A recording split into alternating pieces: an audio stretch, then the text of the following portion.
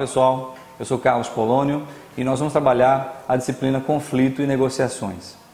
Para a gente começar a pensar, eu trouxe para vocês 3 maçãs. Pensa comigo se essas 3 maçãs não poderiam ser uma figura para a gente pensar nas pessoas dentro das empresas. A primeira pergunta que eu te faço é: essas maçãs são iguais ou diferentes? Olha bem para essa imagem. Iguais ou diferentes? Aí você podia dizer para mim assim: não, nós temos 2 iguais e uma diferente. Ou você pensou, elas são todas diferentes, mas elas também podem ser todas maçãs. Elas são todas maçãs. Você podia dizer que elas são iguais nesse sentido. Pois as pessoas são assim. As organizações estão cheias de pessoas que são diferentes. Elas são todas diferentes. O formato de uma é diferente do formato da outra, apesar de elas serem maçãs vermelhas.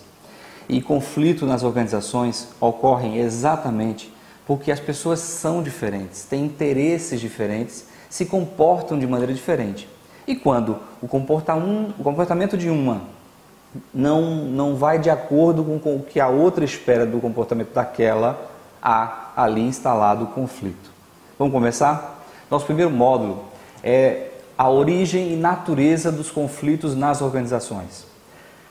Para isso, eu queria que você desse uma pausa no nosso vídeo e assistisse esse outro vídeo que eu estou colocando a referência aí na sua tela. Olha lá, acessa, pausa um pouquinho, assiste esse vídeo e depois a gente volta às nossas reflexões, tudo bem? Ok. Você observou nesse vídeo que nós temos no conflito nas organizações uma série de explicações para a sua existência, que mora exatamente no fato, como a gente tinha falado antes, dessa diferença das pessoas na organização. E aí, vamos a algumas coisas que são fundamentais para a gente entender o conflito. Um dos aspectos mais críticos na administração de pessoas nas empresas é exatamente como solucionar conflitos, como dar cabo ou finalizar os episódios conflitivos. E aí eu trouxe para você uma tela que eu acho que a gente podia acompanhar juntos. Dá uma olhada. Existem 6 formas da gente administrar conflitos. As 3 primeiras formas são aquelas que a gente pode chamar de destrutivas. Na verdade, as 4 primeiras, destrutivas. Elas são a supressão, quando eu tiro das partes toda a possibilidade de diálogo. Uma outra forma é a guerra total, e essas a gente vai chamar de destrutivas. A guerra total é quando as 2 partes entram em litígio total para tentar solucionar uma diferença. As 2 outras partes chamam guerra parcial, quando uma parte declara guerra à outra parte, e a acomodação. Essas 2 últimas a gente chama de parcialmente destrutivas. Esses 4 primeiros modos de administrar conflitos nós chamamos de métodos antigos para administrar os conflitos. E existem também os métodos modernos para administrar conflitos. O primeiro deles é a negociação. Sentar as partes, uma na frente da outra, apresentar a cada uma as suas necessidades e aí, de algum jeito, fazer com que cada parte, ou uma parte pelo menos, ceda de modo a se encontrar um acordo.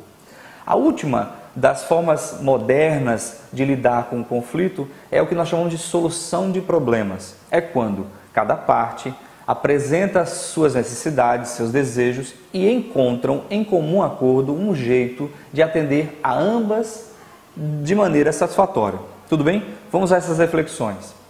Primeiro, a gente tem que pensar o seguinte: os conflitos precisam ser resolvidos, mas o conflito em si é importante para as empresas, porque no fundo eles é quem conduzem as mudanças.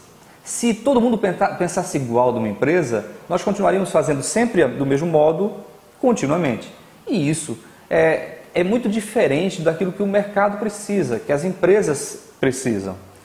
Dessa forma, a mudança que o conflito pode gerar pode levar as organizações à inovação. Veja como é curioso pensar nisso. Então, de uma certa forma, conflito e cooperação, tanto o conflito quanto a cooperação, são elementos integrantes da organização. Eles existem na empresa e a gente não pode ignorá-los. Os conflitos sempre vão existir porque as pessoas são diferentes, pensam diferentes e têm interesses diferentes. E a cooperação é quando estas pessoas diferentes resolvem, por um bem comum, acordarem no sentido de tomar um acordo para melhor executar suas tarefas. Pois bem, o conflito então não é nem casual, nem acidental. Ele não acontece por acaso, nem por um acidente. ele é permanente, ele pertence às empresas, ele está nas empresas. E é exatamente porque quando a gente lida entre partes, e é inerente ao fato de a gente usar poder nas relações. Quando um age sobre o outro e esse outro recebe a influência de um, há nessa relação um uso do poder. Quando existe poder nas relações, existem conflitos. O conflito significa a existência de ideias diferentes, significa sentimentos diferentes, interesses e atitudes que são diferentes e que por alguma razão podem se chocar. A sociedade, a civilização, que são requisitos básicos para a vida humana, são viáveis não ao fato do conflito, mas ao fato de que existe alguma coisa entre nós que nos junta, que são congruentes, que juntam os nossos objetivos. Às vezes o que eu e você queremos é sermos felizes, é conseguirmos um melhor emprego, é conseguir uma melhor posição, e isso, o fato das pessoas pensarem de algum modo igual, junta-nos como sociedade e como civilização. Pois bem, todo conflito tem dentro de si mesmo forças construtivas que podem impulsionar a inovação nas empresas. Essas forças, se não forem tratadas, elas podem se tornar destrutivas também. Então, o conflito em si guarda forças construtivas e destrutivas ao mesmo tempo. A ausência de conflitos nas empresas pode significar acomodação. As pessoas simplesmente param de pensar como poderiam fazer para fazer melhor. Essa apatia, essa estagnação, ela gera esses problemas graves nas empresas que com o tempo esqueceram de fazer o seu melhor ou de avançar a cada dia. Bom, o conflito tem que ser pensado como um processo. Tem etapas que se sucedem, né? Então ele inicia quando um indivíduo ou uma parte, ela percebe que a outra parte não pode atender ou vai frustrar os interesses desta. Então é uma parte que entende que a outra parte não vai atender aquilo que ele precisa. E aí está instalado o conflito. Eu queria que você desse uma olhada agora nesse outro vídeo. Faz uma pausa igualmente na primeira vez e vê exatamente, olha que coisa simples acontece nas empresas e que gera conflito.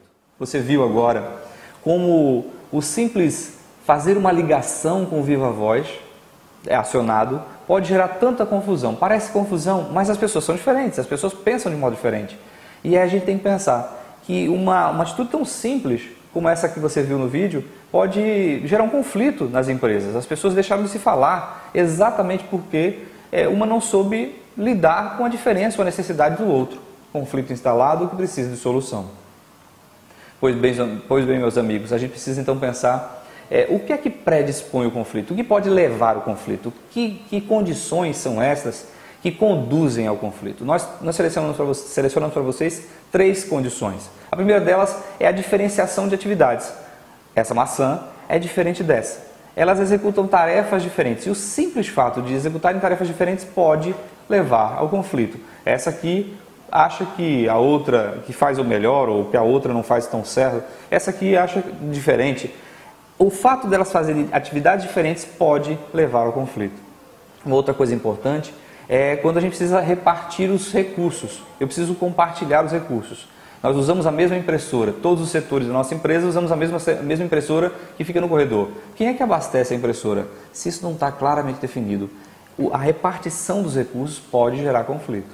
Uma outra coisa importante e que pode predispor o conflito são as atividades interdependentes. Um setor precisa realizar uma tarefa para que o outro possa executar a sua tarefa. Essas atividades interdependentes, que se dependem umas das outras, podem gerar conflitos e geram conflitos todos os dias nas empresas.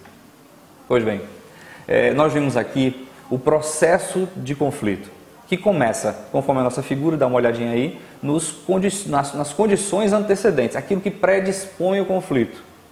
Tem as condições que desencadeiam o conflito, né? A atividade diferente é uma condição antecedente ao conflito. As condições desencadeantes é aquilo que provocou o conflito. Alguém esqueceu de abastecer a impressora, por exemplo. Essa condição desencadeante é reforçada pelo comportamento da outra parte, que poderia ter feito o abastecimento da máquina e não fez, poderia ter agido de outro modo e não agiu. Essas condições desencadeantes geram um comportamento conflitivo de uma e da outra parte, e isso tudo precisa de uma resolução.